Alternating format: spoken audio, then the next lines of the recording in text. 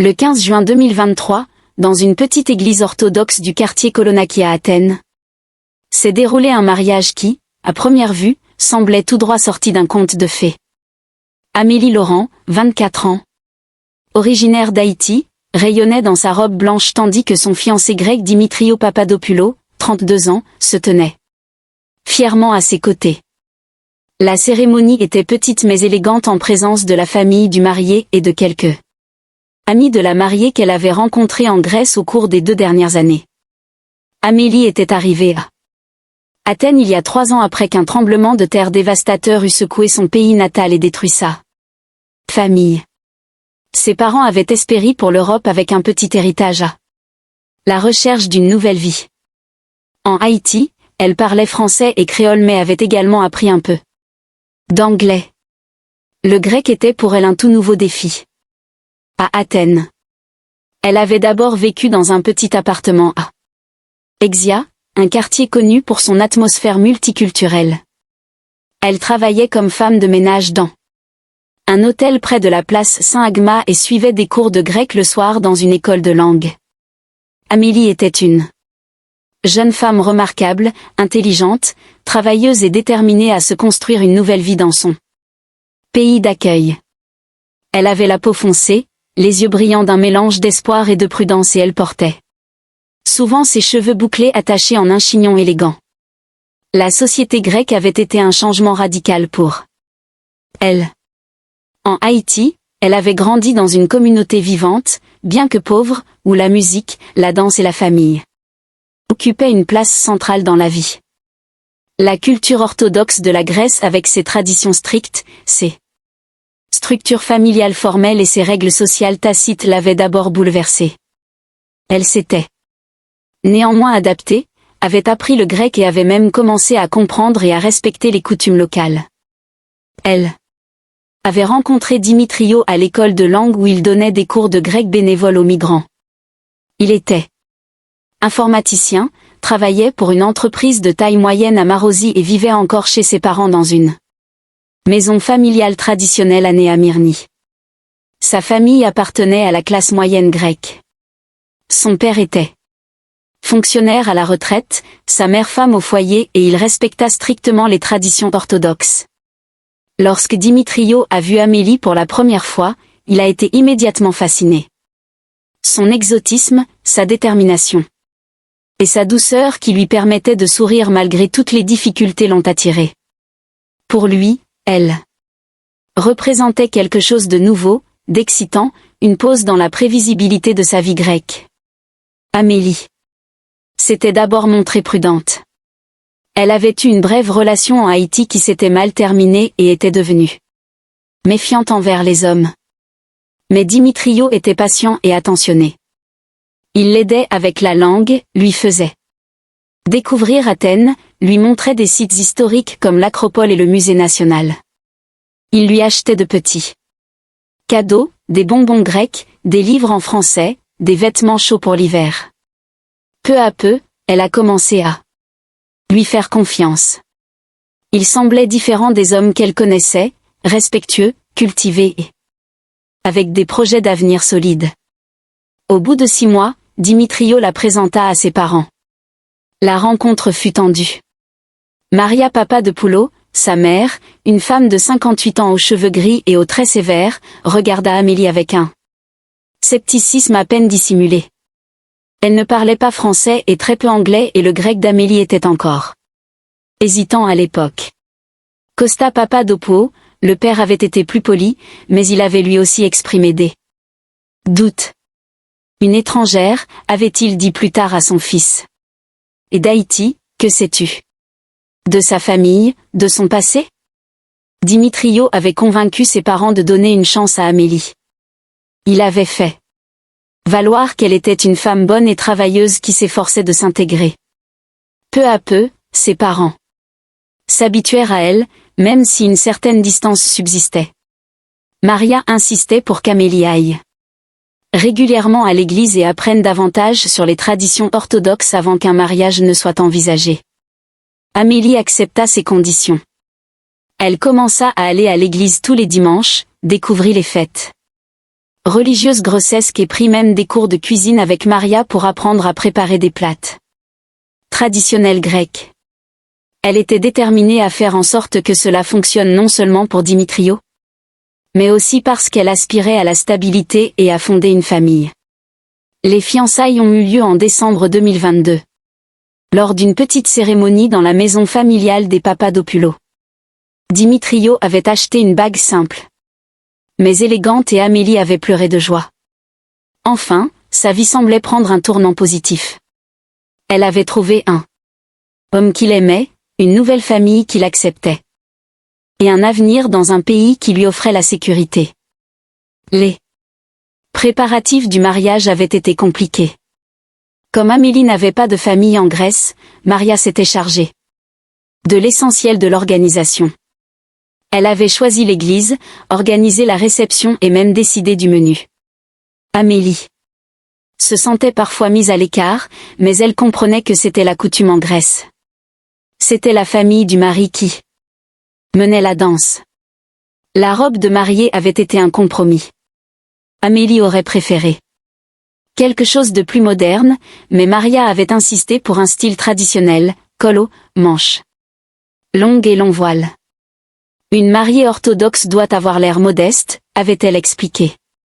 Amélie avait cédé, même si elle ne se sentait pas très à l'aise dans cette robe. Le jour du mariage, le temps était parfait. Le soleil brillait sur Athènes et la petite église était décorée de fleurs blanches. Amélie se sentait belle malgré sa nervosité. Dimitrios était très élégant dans son costume sombre et il lui avait souri lorsqu'elle avait remonté l'allée. La cérémonie orthodoxe était longue et pleine de traditions qu'Amélie ne comprenait pas encore tout à fait, mais elle s'était efforcée de tout faire correctement. Après l'église, la réception a eu lieu dans une taverne traditionnelle de placard. Il y avait une 50aine d'invités, principalement la famille élargie de Dimitrios et quelques-uns de ses amis. Amélie n'avait que quelques invités. Sophie, sa professeure de grec, une expatriée française âgée qui était devenue sa mentor, et Jean-Baptiste, un ami haïtien qu'elle avait rencontré dans la communauté immigrée. Le repas était copieux. Agneau grillé, moussaka, salade grecque et d'innombrables mets. Il y avait de la musique et des danses traditionnelles. Et pendant un instant, Amélie oublia tous ses soucis. Elle dansa avec Dimitrios, sourit pour les photos et essaya de parler grec avec ses proches, même si sa grammaire n'était pas encore parfaite. Mais pendant la réception, elle remarqua quelques détails inquiétants. L'oncle de Dimitrios, Yanis, avait trop bu et faisait des remarques sur les femmes étrangères et ce qu'on pouvait attendre d'elle. Sa tante Hélénie avait chuchoté avec d'autres membres de la famille et Amélie avait l'impression qu'il parlait d'elle. Maria avait été polie mais froide et quand Amélie avait essayé de la remercier, elle s'était contentée de hocher la tête et de se détourner. Dimitrios lui-même était étrangement silencieux. D'habitude bavard et attentionné, il semblait tendu et pensif le jour de son mariage. Quand Amélie lui a demandé si tout allait bien, il a souri d'un air forcé et a répondu « Je suis juste fatigué. » Agapimou. Mais c'est trahissait ses pensées. Vers la fin de la soirée, alors que les invités commençaient à partir, le père de Dimitrios l'avait pris à part pour lui parler en privé. Amélie ne pouvait pas entendre ce qu'ils se disaient, mais elle voyait leurs visages graves et leurs gestes tendus. Quand Dimitrios était revenu, il était encore plus silencieux. Lorsqu'ils finirent par dire au revoir aux derniers invités, Amélie ressentit un étrange mélange de bonheur et d'inquiétude. Elle avait épousé l'homme qu'elle aimait et faisait désormais officiellement partie d'une famille grecque. Mais les tensions sous-jacentes et le changement d'humeur de Dimitrios lui faisaient se demander si elle avait bien compris la situation. Ils se rendirent au petit hôtel de Glyfada, une banlieue côtière au sud d'Athènes où ils allèrent passer leur nuit de noces. L'hôtel était situé directement au bord de la mer et Amélie se réjouissait de voir le soleil se lever sur la mer G. Mais lorsqu'ils entrèrent dans l'hôtel, Dimitrios était silencieux et sérieux et Amélie commença à se douter que cette nuit ne serait pas comme elle l'avait rêvé. L'hôtel et Jean Palace à Glyfada était un établissement modeste mais bien entretenu avec vue sur la mer Méditerranée sombre. Dimitrios avait réservé la chambre plusieurs semaines à l'avance, une suite au 4e étage avec un petit balcon d'où l'on pouvait voir les vagues scintiller dans la nuit. Lorsqu'ils arrivèrent à 22h30, le H était presque vide. Seul Mikali, le portier de nuit, les accueillit poliment et souhaita bonne chance aux jeunes mariés. Amélie portait toujours sa robe de mariée, même si elle ne se sentait déjà plus à l'aise dedans. Les lourdes couches de tissu, le corset serré et le long voile qu'elle avait maintenant posé sur son bras lui rappelaient que ce n'était pas la robe qu'elle avait initialement souhaitée. En Haïti, les mariés portaient souvent des robes plus claires et plus fluides qui permettaient de bouger et de danser. Cette robe de mariée grecque lui donnait l'impression d'être en armure, belle à regarder mais contraignante. Dimitrios portait un petit sac de voyage pour eux deux car Amélie n'en avait pas. Leurs maigres affaires tenaient facilement dans sa valise. Lorsqu'ils entrèrent dans l'ascenseur, elle remarqua qu'il évitait son regard et fixait les chiffres lumineux indiquant leur étage. Ses mains étaient smouites et il les frottait nerveusement contre son pantalon. Et Dimitri, dit-elle doucement en grec prononçant son nom comme ça. Famille le faisait. Tikanais, qu'y a-t-il? Sa prononciation n'était pas encore parfaite, mais elle s'efforçait de parler sa langue, surtout dans les moments intimes. Il se tourna vers elle. Et pendant un bref instant, elle vit dans ses yeux quelque chose qu'elle ne parvint pas à identifier. Était-ce de la peur, du doute ou autre chose? Tipota, agapimou, répondit-il. Rien, mon amour. Je suis juste fatiguée après cette longue journée. Mais Amélie le connaissait désormais suffisamment bien pour savoir quand il mentait.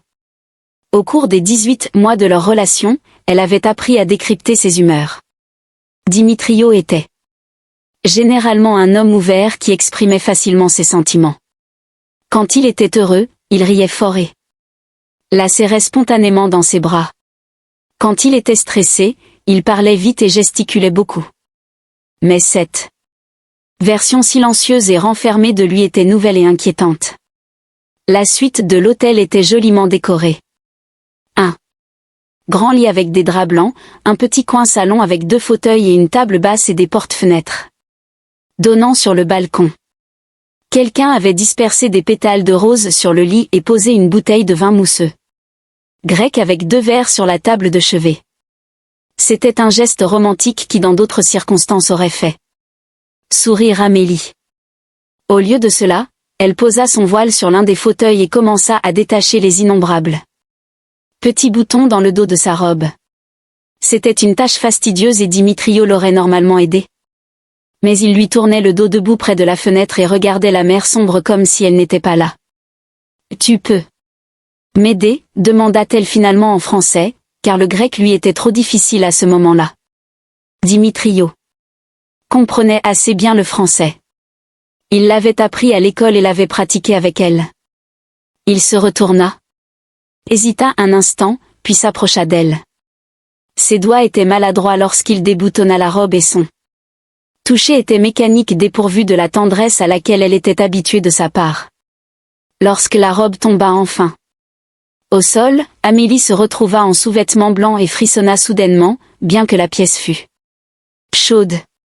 Elle avait acheté une chemise de nuit spéciale pour cette nuit-là. Quelque chose d'élégant mais de discret. En soie bleu clair qu'elle avait trouvé dans une boutique de la rue Hermou. La vendeuse lui avait assuré qu'elle était convenable pour une mariée grecque. Amélie n'avait pas tout à fait compris ce que cela signifiait, mais elle voulait que tout soit parfait. Pendant qu'elle se changeait, Dimitrios est allé dans la salle de bain. Elle a entendu l'eau couler et ses pas lourds sur le carrelage. Quand il est sorti, il portait un pyjama bleu foncé et s'était lavé le visage. Ses cheveux noirs étaient mouillés et peignés en arrière et son expression était sérieuse et pensive. Amélie avait ouvert le champagne et rempli 2 verres. Elle lui entendit un et sourit nerveusement.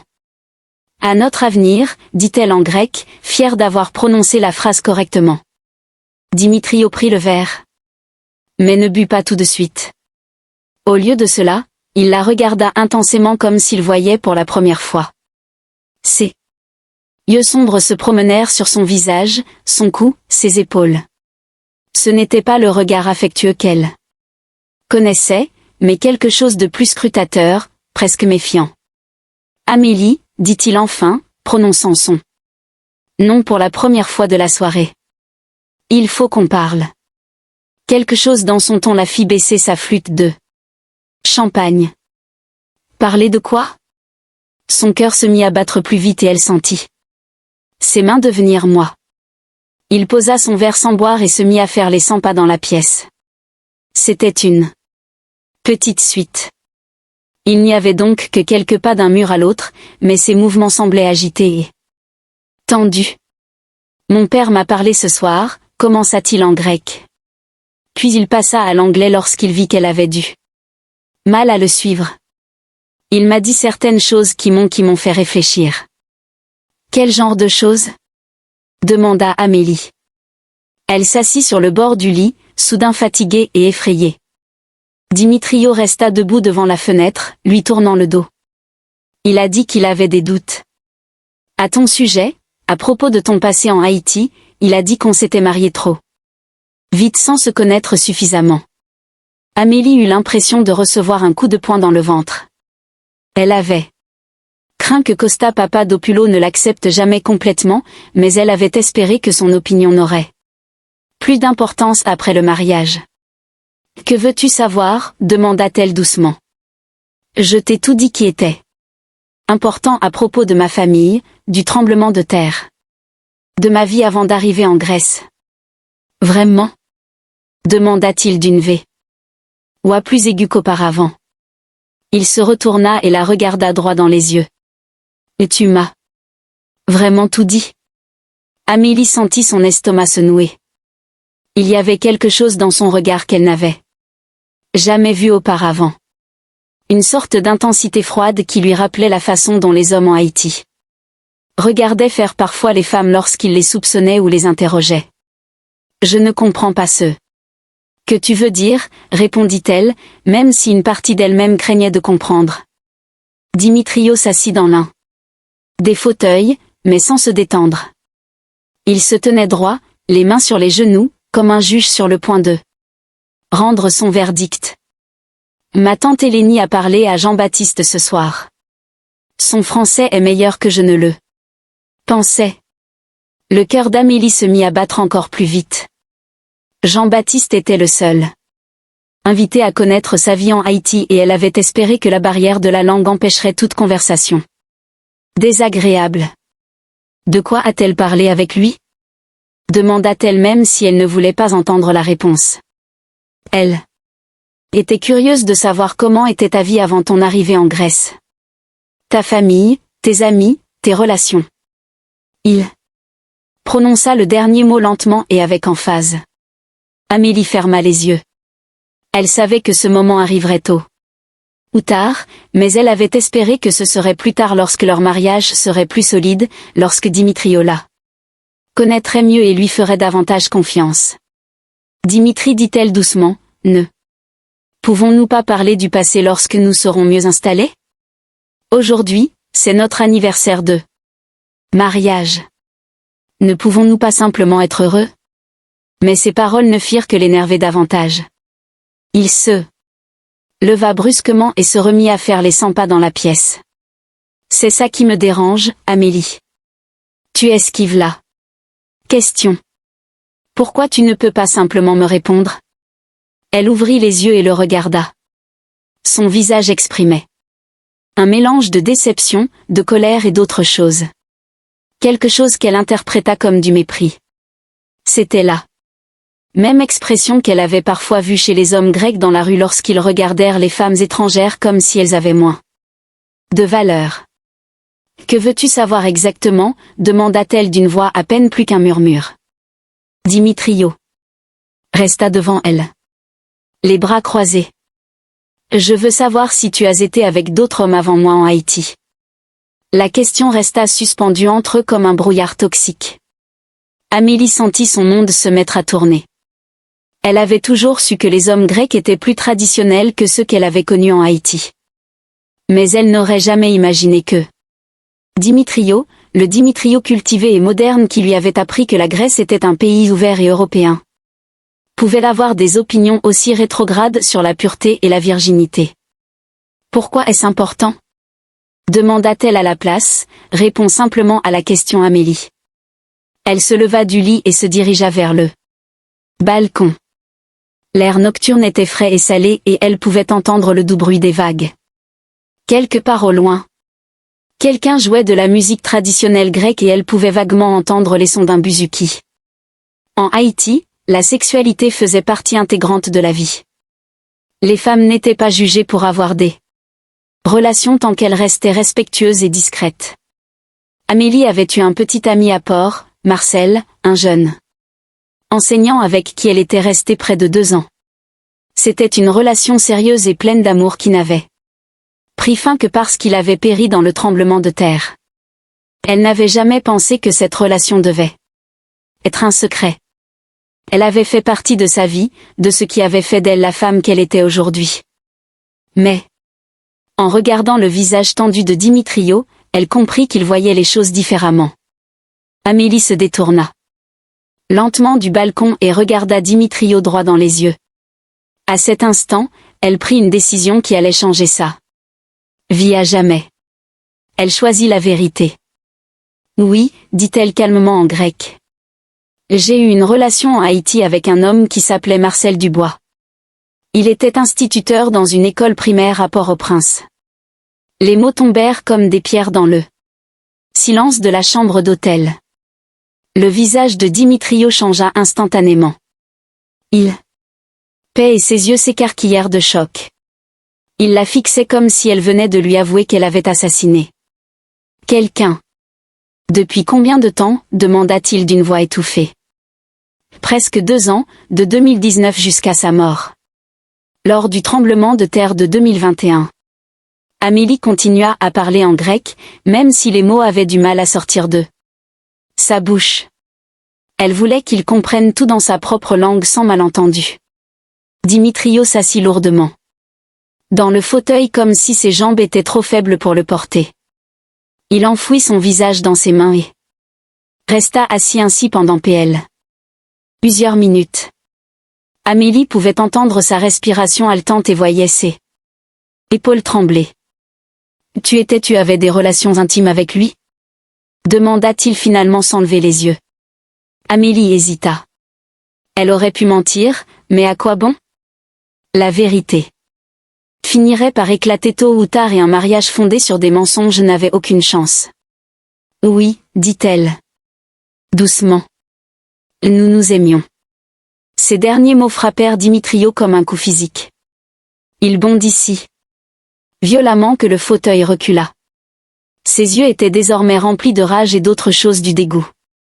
Et tu m'as trompé, hurla-t-il en grec. Et tu m'as trompé, moi et toute ma famille. Je ne t'ai pas trompé, répondit Amélie, haussant le ton. Je ne t'ai jamais menti. Tu ne m'as jamais posé de questions sur mon passé. Je n'avais pas besoin de te demander, hurla-t-il. Une femme grecque respectable, une femme digne de porter le nom de Papadopoulos, se serait mariée vierge. Amélie sentit la colère monter en elle. Je ne suis pas une femme grecque, je suis haïtienne. Dans ma culture, il est normal que les gens aient des relations avant de se marier. Alors, tu aurais dû rester dans ta foutue culture, hurla Dimitrio sans retour. Il avait complètement perdu son sang-froid et son visage était rouge de colère. Tu m'as trompé. Tu t'es fait passer pour quelqu'un que tu n'es pas. La brutalité de ces mots frappa Amélie comme une gifle. Elle s'attendait à ce qu'il soit blessé ou déçu, mais ce mépris, cette cruauté, elle n'y était pas préparée. Je me suis présentée comme la femme que je suis, dit-elle, la voix tremblante de larmes contenues. Une femme qui t'aime, qui a essayé de s'adapter à ta culture, qui voulait construire un avenir avec toi, avec un corps usagé, cracha-t-il, avec le corps d'une femme qui s'est donné à un autre homme. Ces mots étaient si pleins de haine et de mépris qu'Amélie recula physiquement. 1. Haïti, elle n'avait jamais vu un homme humilié, ainsi une femme. Même dans les communautés les plus pauvres et les plus conservatrices, la sexualité était une partie naturelle de la vie humaine et non quelque chose de sale ou de honteux. Marcel est mort, dit-elle doucement. Il est mort pendant le tremblement de terre. J'ai fait son deuil puis je t'ai rencontré et je suis tombée amoureuse de toi. Je pensais que c'était tout ce qui comptait. Dimitrio rit amèrement. Tu pensais? Tu pensais pouvoir simplement cacher ton passé et me tromper? Je n'ai rien caché. Tu n'as jamais demandé parce que je pensais que tu étais une femme respectable. Parce que je pensais que tu respectais les valeurs grecques. Il se remit à faire les 100 pas, ses mouvements devenant de plus en plus agressifs. Ma mère avait raison. Elle disait que les femmes étrangères n'ont ni morale ni honneur. Cette insulte était de trop. Amélie sentit sa propre colère exploser. Ta mère est une vieille femme aigrie qui m'a détestée dès le premier jour et tu es trop faible pour me défendre. Ces mots atteignirent leur but. Dimitrio s'arrêta et la fixa avec un mélange de choc et de colère. Dans la culture grecque, insulter la mère d'un homme était une grave offense et Amélie venait de franchir une ligne de non-retour. Ne t'avise pas d'insulter ma mère, dit-il doucement, mais sa voix était pleine de menaces. Et tu n'as pas le droit de parler d'elle. Tu ne mérites pas de baiser ses chaussures et tu ne mérites pas d'être mon mari, cria Amélie en retour. Un vrai homme aimerait sa femme, peu importe ce qui s'est passé avant qu'il ne se rencontre. Le visage de Dimitrio devint rouge foncé. Tu oses me dire ce qu'est un vrai homme? Toi qui t'es comporté comme une? Le mot putana en grec était comme un coup de fouet. Amélie avait déjà entendu ce mot dans la rue lorsque des hommes grecs insultaient des femmes étrangères. Elle n'aurait jamais pensé que son propre mari l'utiliserait contre elle. Des larmes coulaient maintenant sur ses joues, mais c'étaient des larmes de colère, pas de tristesse. Retire ce que tu as dit, dit-elle doucement. Non, répondit Dimitrio froidement. C'est la vérité. Tu es une putana. Tu t'es donné à un autre homme et maintenant tu veux que je prenne les restes. Amélie leva la main et le gifla. Le coup n'était pas particulièrement fort, mais il était surprenant et humiliant. La tête de Dimitrio se tourna brusquement sur le côté et une marque rouge apparut sur sa joue. Pendant un instant, le silence fut. Tous deux se regardèrent choqués par ce qui venait de se passer. Amélie regretta immédiatement sa gifle, non pas parce qu'il ne la méritait pas, mais parce qu'elle sentait qu'elle avait libéré quelque chose de dangereux. Dimitrio toucha lentement sa joue, les yeux plissés. « Tu me frappes » demanda-t-il incrédule.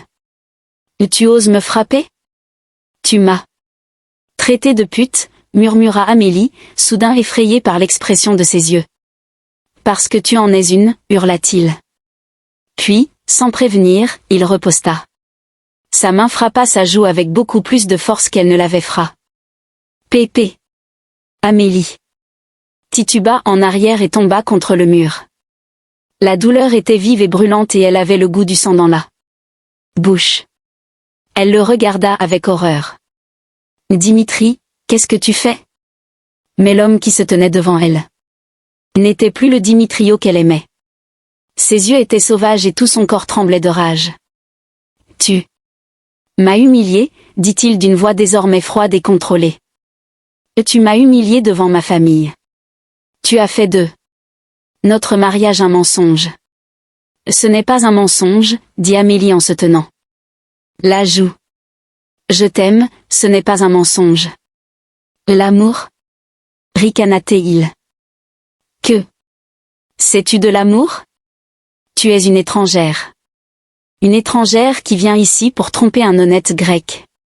Il se remit à faire les 100 pas dans la pièce, mais cette fois ses mouvements étaient différents, plus menaçants. Amélie sentit la panique l'envahir. Elle reconnaissait ce comportement dans les rues de Port-au-Prince où elle avait vu Des hommes se comportaient ainsi juste avant de devenir violents. Dimitri, calme-toi, dit-elle aussi calmement que possible. On peut en parler, on peut régler ça. Régler ça, répéta-t-il. Qu'y a-t-il à régler? Tu n'es pas vierge. Tu t'es donné à un autre homme. Tu m'as trompé. Je ne t'ai pas trompé. Marcel est mort avant même que je te connaisse. Ça n'a aucune importance, hurla-t-il. Tu lui appartenais. Ton corps lui appartenait. Et maintenant, tu veux que je prenne ce qui reste? La façon dont il parlait de son corps comme s'il s'agissait d'un objet pouvant être possédé fit frissonner Amélie. Elle commença à comprendre qu'il ne s'agissait pas seulement de jalousie ou de sentiments blessés.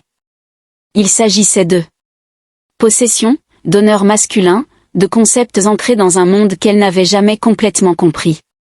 Mon corps n'appartient à personne d'autre que moi, dit-elle fermement. Et je te l'ai donné parce que je t'aime. Dimitri s'arrêta brusquement et la fixa du regard. Et tu me l'as donné.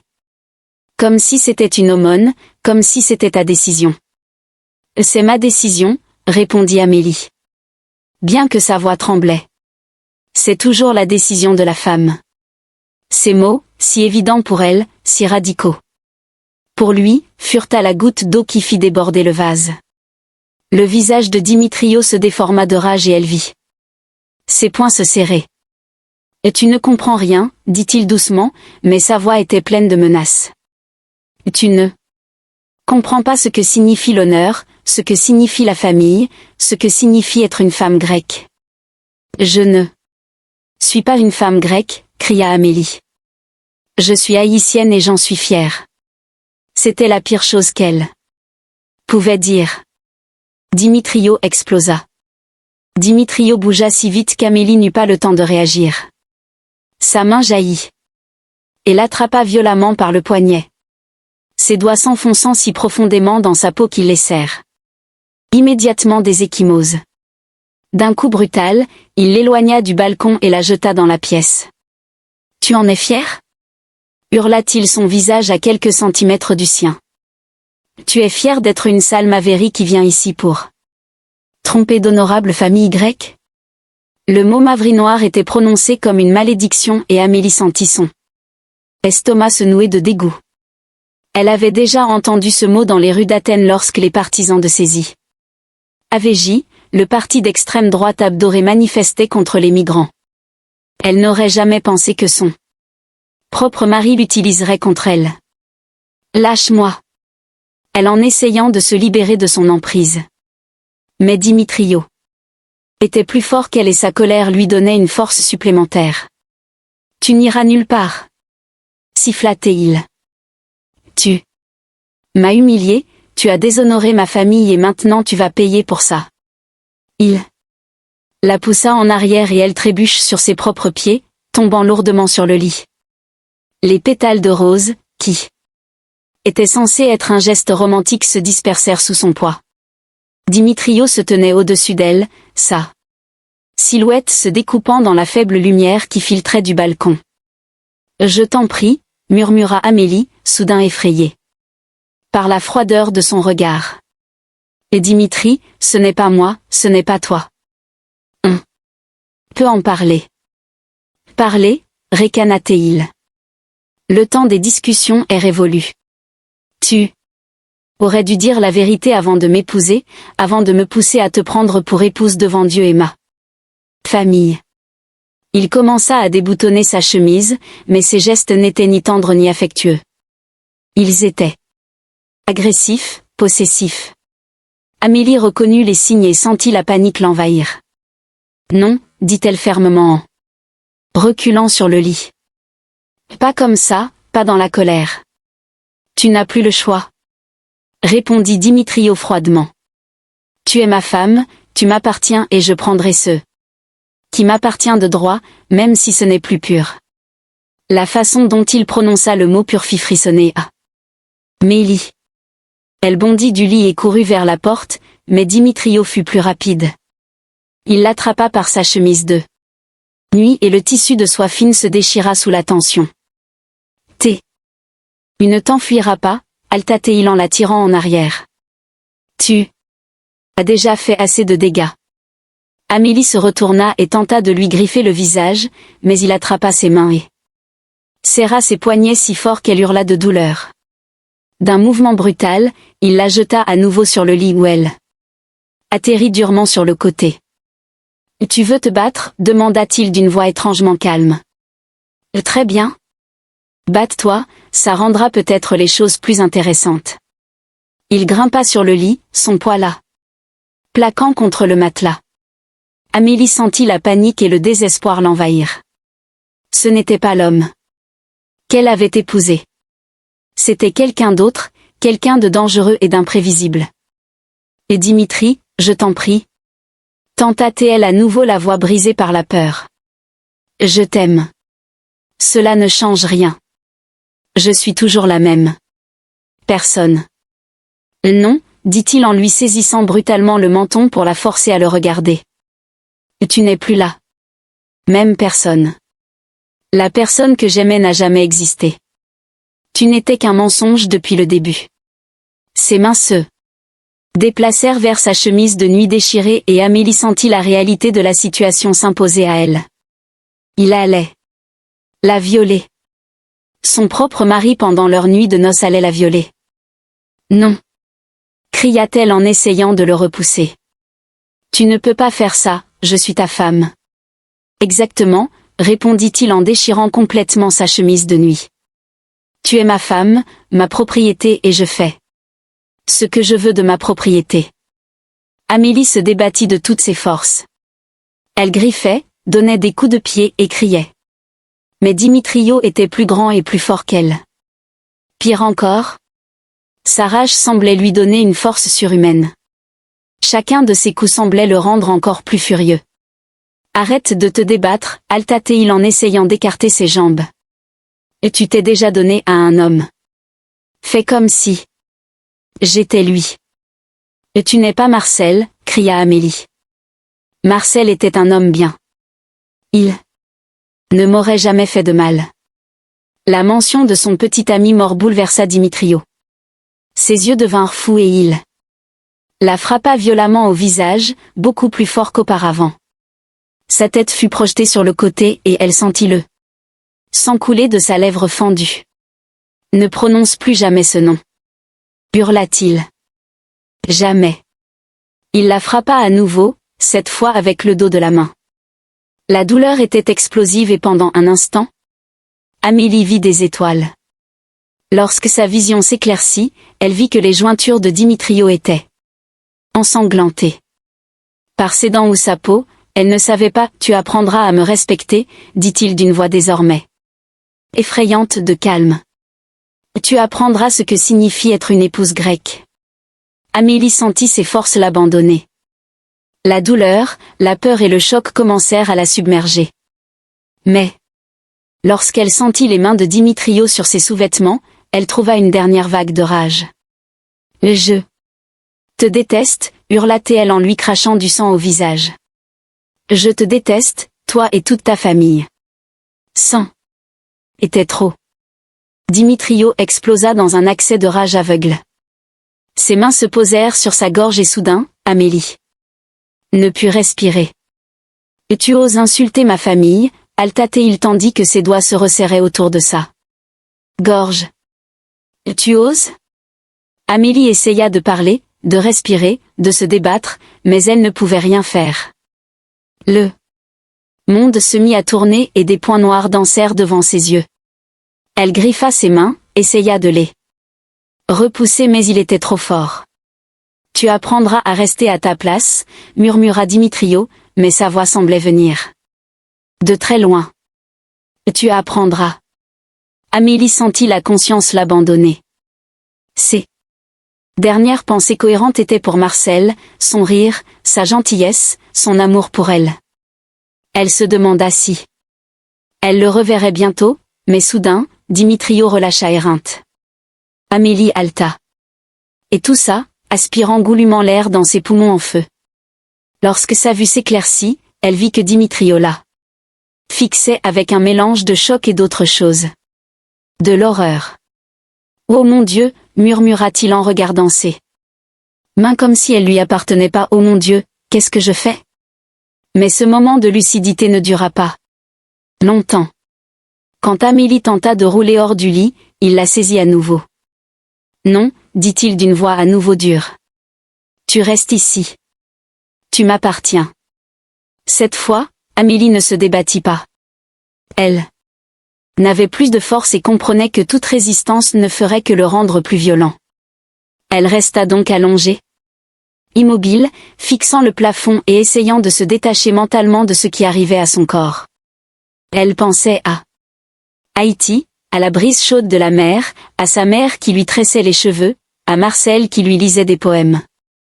Elle pensait à tout sauf à ce qui se passait dans cette chambre d'hôtel stérile en Grèce. La violence de Dimitrio était brutale et mécanique.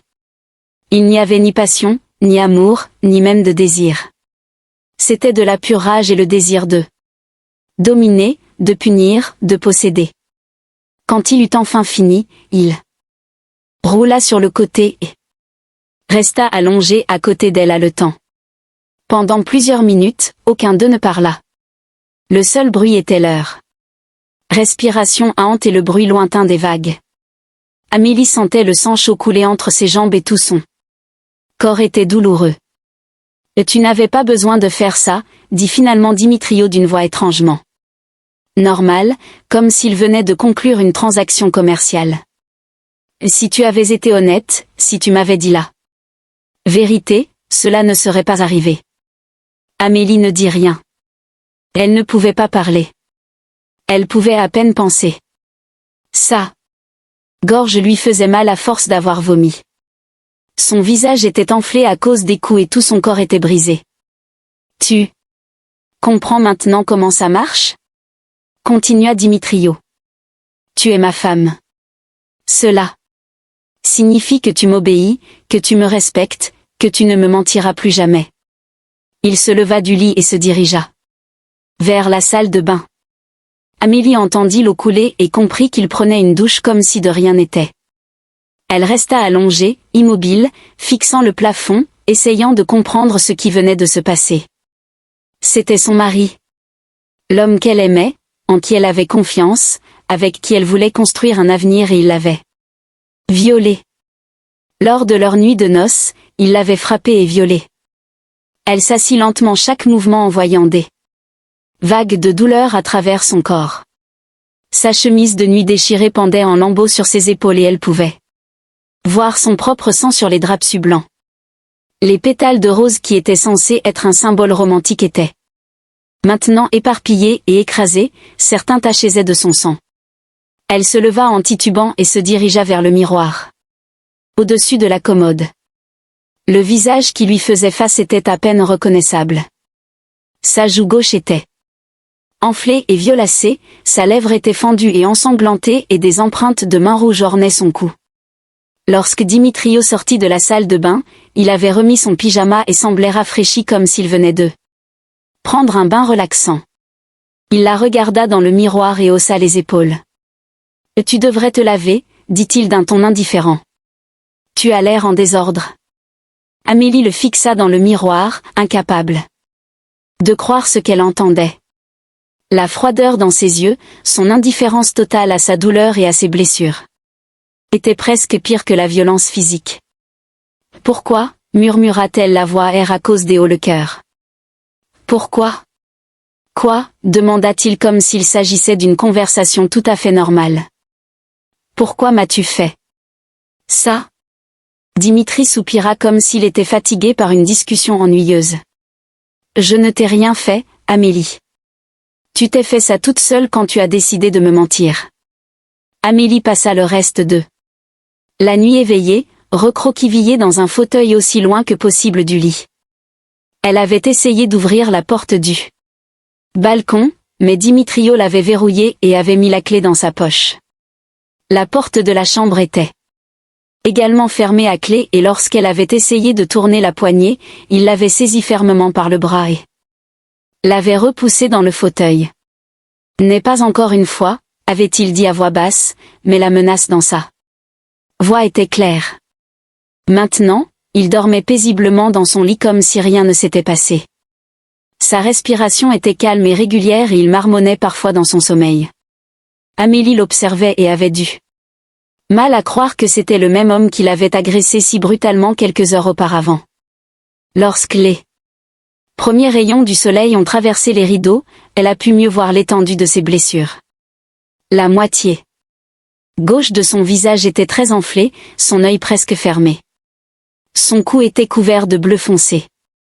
Des empreintes digitales bien visibles indiquant où Dimitrio l'avait étranglée.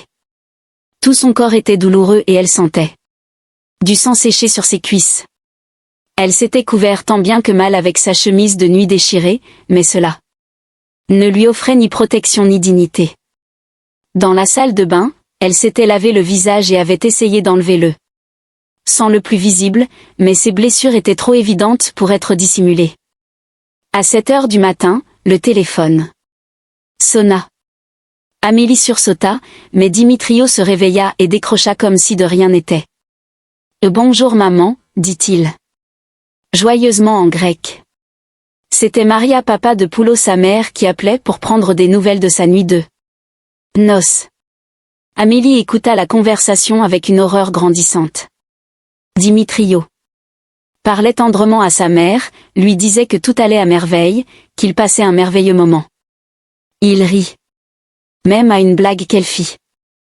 Amélie dort encore, dit-il en jetant un coup d'œil dans sa direction. Elle est fatiguée de la soirée d'hier. Il sourit, un sourire froid et suffisant qui glaça le sang d'Amélie. Après l'appel, il se leva et commença à s'habiller comme si c'était un matin normal. Il choisit soigneusement une chemise propre et un pantalon tout en sifflotant doucement. « Nous devons être chez mes parents à midi », dit-il à Amélie d'un ton désinvolte. C'est la tradition que les mariés rendent visite à leur famille le lendemain du mariage. Tu devrais te préparer. Amélie le regarda avec incrédulité. Je ne peux pas.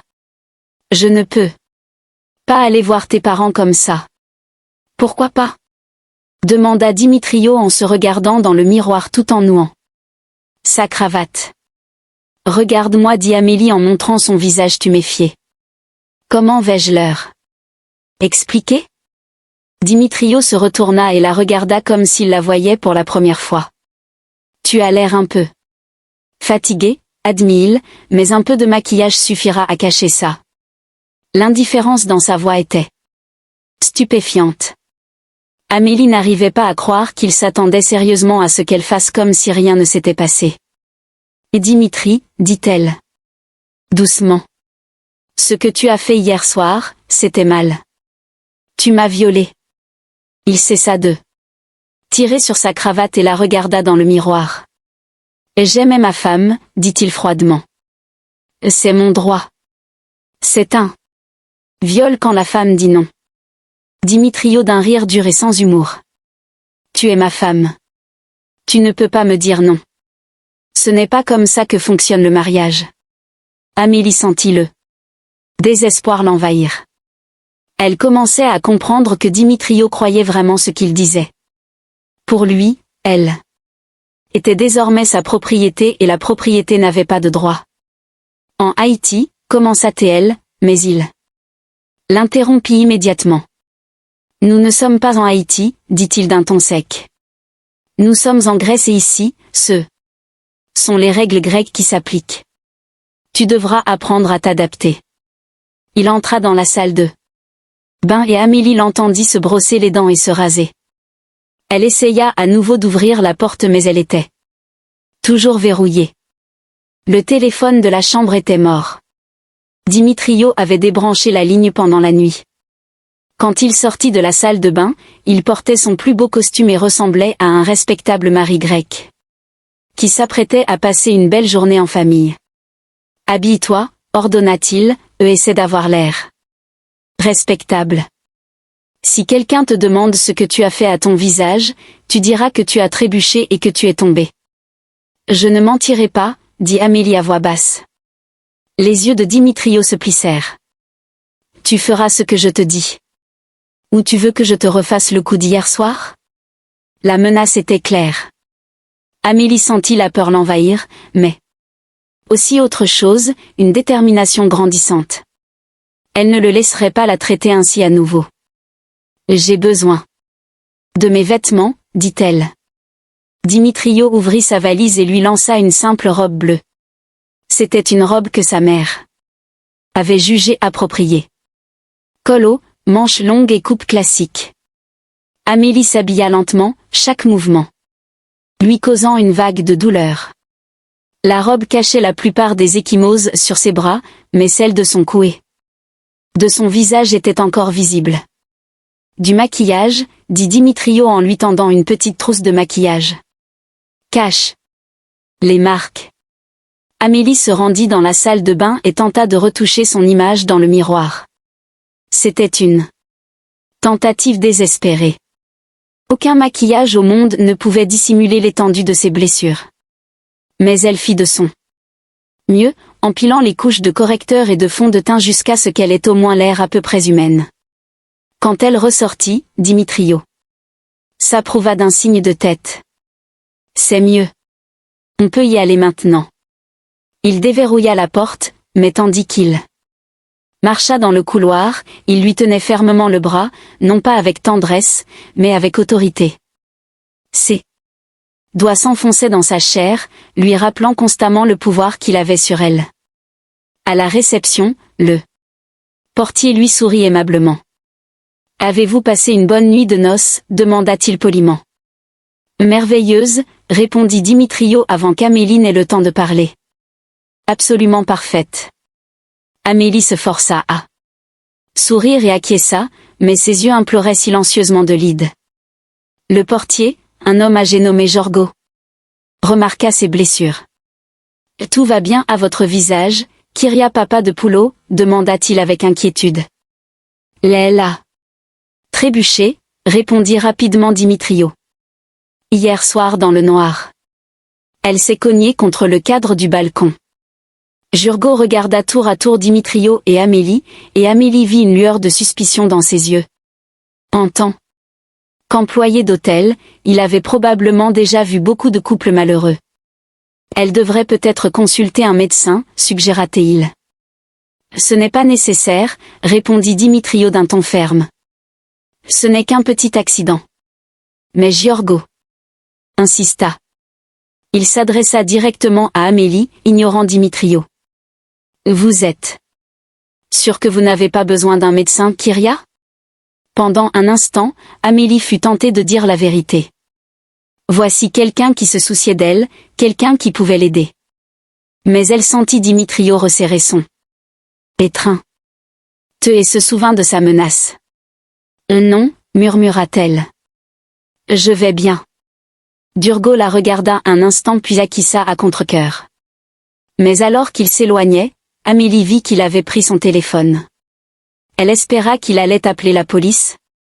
Mais Dimitrio l'entraîna rapidement hors du hall avant qu'elle ne puisse voir ce qui se passait. Un taxi attendait dehors. Dimitrio l'avait appelé le matin même pour la ramener chez ses parents.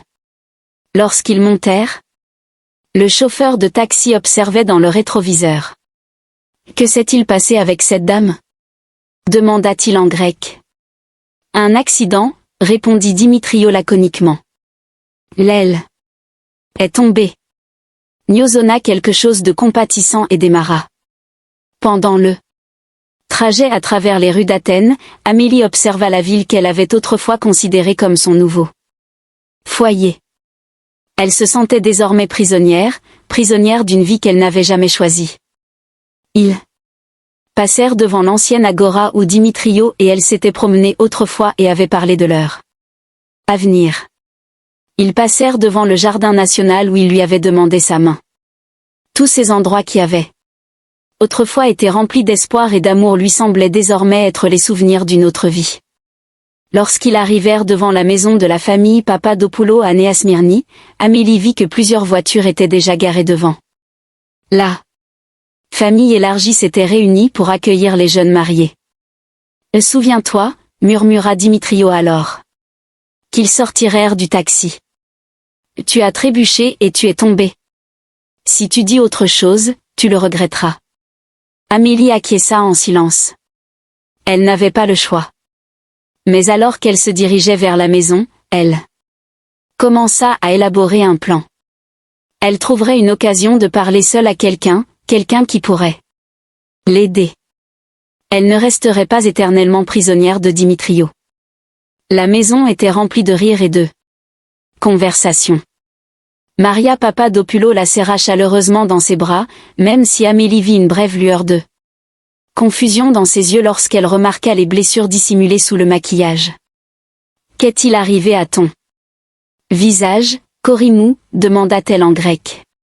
Elle a trébuché, répondit rapidement Dimitrio hier soir à l'hôtel. Ce n'est rien de grave.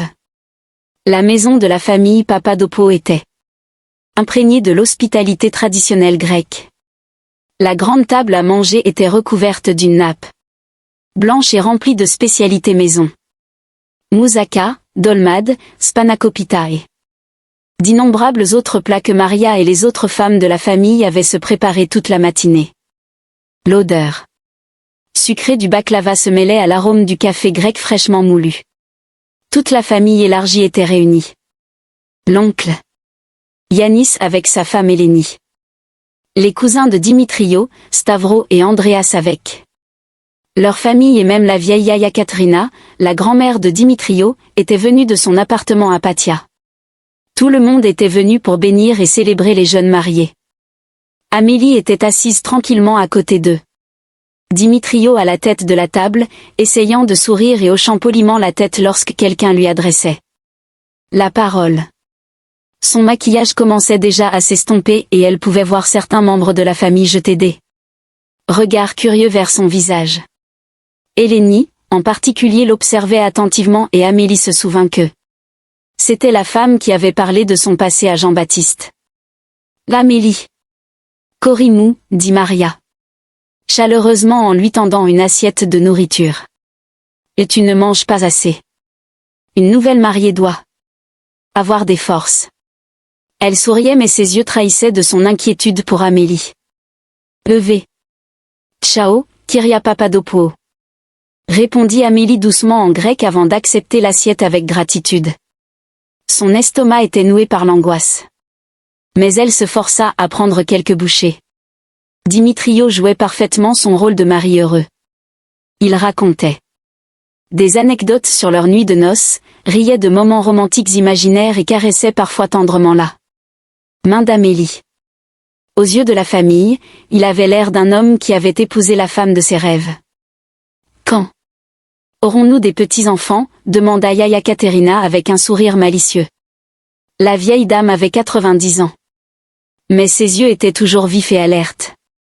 À bientôt, Yaya, répondit Dimitrio en embrassant théâtralement la joue d'Amélie.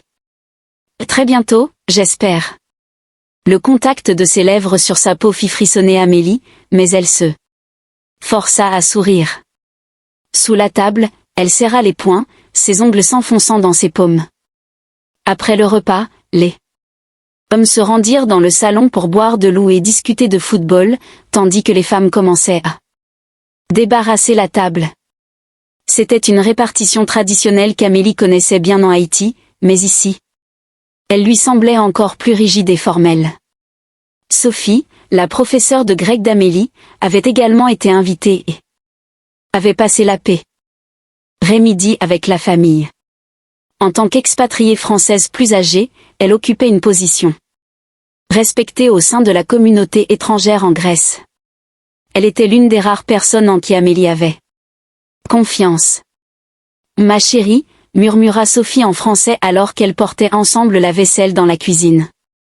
Qu'est-il arrivé à ton visage? Cela ne ressemble pas à une chute. Amélie regarda nerveusement autour d'elle pour s'assurer que personne n'écoutait. La plupart des femmes grossesques ne parlaient même pas français, mais elles ne pouvaient en être certaines. Et Sophie, murmura-t-elle en retour. Je dois te parler seule, c'est important. Sophie vit le désespoir dans les yeux d'Amélie et acquiesça. Allons sur la terrasse, je vais lui dire que je veux lui montrer la vue. Elles franchirent la porte vitrée et se retrouvèrent sur la petite terrasse. Derrière la maison. La vue s'étendait sur les toits de Néa Smyrni jusqu'à l'acropole au loin. C'était une belle journée de juin et le soleil réchauffait leurs visages. « Qu'est-ce qui s'est passé ?» demanda Sophie à voix basse. « Que s'est-il passé ?» Amélie était sur le point de s'effondrer, soulagée de pouvoir enfin parler à quelqu'un. Les mots jaillirent de sa bouche. Elle raconta la crise de colère de Dimitrio, sa violence, le viol. Sophie écouta en silence, le visage de plus en plus pâle. « Mon Dieu !» murmura-t-elle. « Amélie, est horrible. Nous devons aller voir la police immédiatement. »« Je ne peux pas, » murmura Amélie. « Il a dit qu'il me tuerait si je racontais à quelqu'un ce qui s'était vraiment passé. »« Tu ne peux pas rester avec lui, » dit Sophie d'un ton ferme. « Ça ne fera qu'empirer. Les hommes comme lui n'arrêtent jamais. »« Mais où veux-tu que j'aille ? Je n'ai rien, pas d'argent, pas de famille, pas d'amis à part toi. Et c'est mon mari. Selon la loi grecque. »« Selon la loi grecque, tu as des droits ?» l'interrompit Sophie. « La violence domestique est un crime, même entre conjoints. La police met avant qu'Amélie n'ait pu répondre, elles entendirent des pas lourds derrière elles. Dimitrio se tenait dans l'embrasure de la porte, donnant sur la terrasse le visage sombre et méfiant. « De quoi parlez-vous » demanda-t-il en grec puis en anglais. « Qu'y grec a-t-il de si important pour que vous deviez parler en secret ?» Sophie répondit rapidement. « J'explique à Amélie. Les traditions grossesques pour les jeunes mariés, les devoirs et les attentes. » Dimitrio les regarda tous les deux d'un air méfiant, mais avant qu'il n'ait pu répondre, Maria cria depuis la cuisine. « Dimitri, viens aider ton père. Avec la télévision. »« J'arrive, maman, » répondit-il, mais ses yeux ne quittaient pas le visage d'Amélie. « Amélie, rentre. Il est temps de rentrer à la maison. » Sophie murmura Amélie en français. « Aide-moi. »« Demain matin. » murmura Sophie en retour. « Je viendrai chez vous demain matin. »« Tiens bon. » Alors qu'il rentrait dans la maison, Dimitrio passa son bras autour de la taille d'Amélie de manière possessive. Pour la famille, cela semblait affectueux, mais ses doigts s'enfonçaient douloureusement dans ses côtes. Les adieux durèrent encore 1 heure avec des embrassades interminables, des bénédictions et des promesses de se revoir bientôt. Yaya Katerina prit les mains d'Amélie dans les siennes et la bénit en grec. Lui souhaitant fertilité et bonheur dans son mariage. Prosexton et tout Corimou, murmura la vieille dame. Prends soin de toi, mon enfant. Quelque chose dans ses yeux vieillissants laissa Amélie penser qu'elle comprenait plus qu'elle ne le montrait. Finalement, ils quittèrent la maison et prirent un taxi pour retourner dans leur petit appartement d'Exaria. C'était un petit studio que Dimitrio avait loué avant leur mariage. Amélie était ravie d'avoir enfin leur premier vrai chez eux en tant que couple marié. Mais maintenant, elle avait l'impression d'être en prison. Pendant le trajet en taxi, Dimitrio était silencieux mais Amélie pouvait sentir la tension dans son corps. Sa mâchoire était crispée et ses mains étaient serrées en poing. Elle savait qu'il était en colère, mais elle ne savait pas pourquoi. Lorsqu'ils entrèrent dans l'appartement, Dimitrio verrouilla soigneusement la porte puis se tourna vers Amélie. « Que as-tu dit à Sophie » demanda-t-elle à voix basse. « Rien. » mentit Amélie. « Nous avons juste parlé des traditions grecques. »« Ne me mens pas » explosa-t-il. « Je t'ai vu la regarder. Je t'ai entendu chuchoter en français. » Amélie recula, mais elle n'avait nulle part où aller. Le petit appartement n'offrait aucune issue. « Je ne lui ai rien dit » répéta-t-elle. Dimitrio s'approcha les yeux exorbités. « Tu mens. Tu lui as parlé de la nuit dernière, n'est-ce pas ? Tu as discuté de nos affaires privées avec une étrangère. » « Sophie n'est pas une étrangère, c'est mon amie. »« Tu n'as pas d'amis, hurla-t-il. »« Tu n'as que moi, que ma famille. » Tu nous appartiens. Il l'attrapa par les épaules. Et la secoua violemment. Qu'est-ce que tu lui as dit exactement? Amélie comprit qu'il était inutile de mentir. Je lui ai dit que tu m'avais fait mal, dit-elle doucement. Le visage de Dimitrio devint rouge de rage.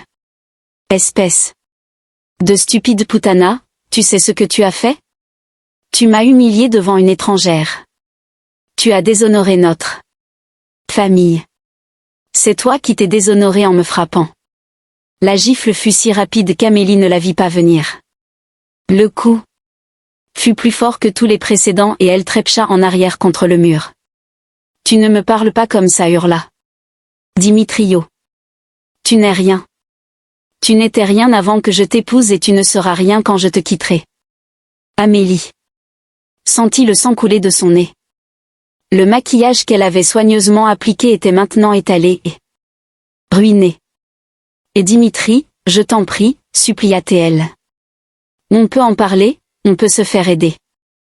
Une thérapie de couple, une thérapie individuelle. La seule aide dont j'ai besoin, dit-il froidement, ce que tu apprennes à rester à ta place. Il commença à détacher sa ceinture et Amélie comprit avec horreur qu'il allait la frapper. Elle courut vers la porte mais elle était fermée à clé et il avait la clé. À l'aide! Cria-t-elle de toutes ses forces. Voiteya! Voiteya! Dimitrio rit. Crie autant que tu veux, les murs sont épais et les voisins s'occupent de leurs affaires. Mais quelqu'un frappa effectivement à la porte. Une voix féminine cria en grec. Tout va bien. Nous avons entendu des cris. C'était Madame Costa, une dame âgée qui habitait dans l'appartement voisin. Amélie l'avait rencontrée plusieurs fois et elle semblait sympathique. Tout va bien, répondit Dimitrio. Ma femme a eu peur. Une souris. Kir Costa, cria Amélie. Voyez Nomia. À l'aide, appelez la police.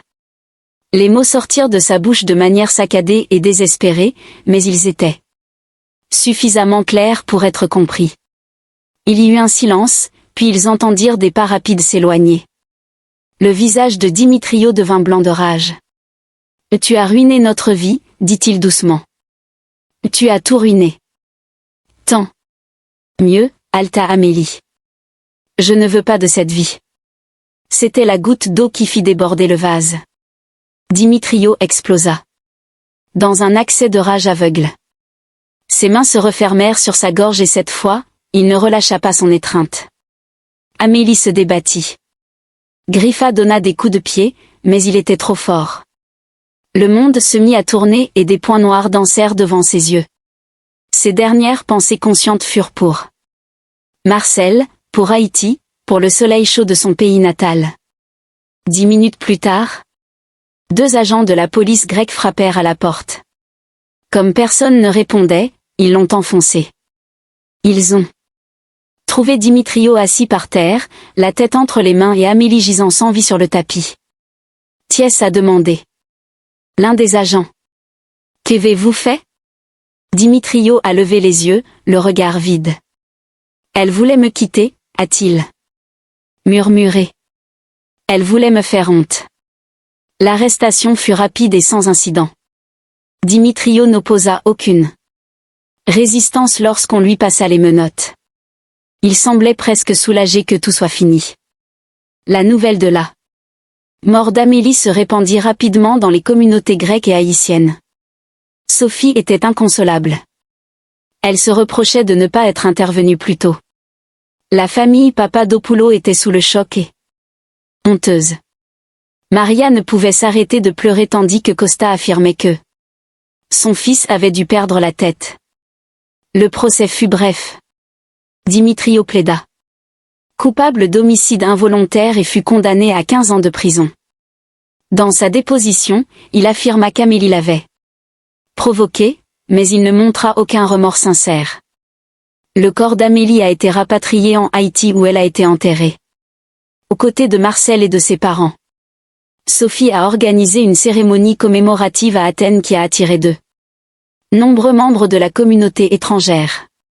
Des années plus tard, cette affaire servirait d'exemple pour illustrer les dangers auxquels sont exposées les femmes migrantes dans les mariages interculturels. L'histoire d'Amélie est devenue un symbole de la nécessité de meilleures mesures de protection et d'éducation sur la violence domestique.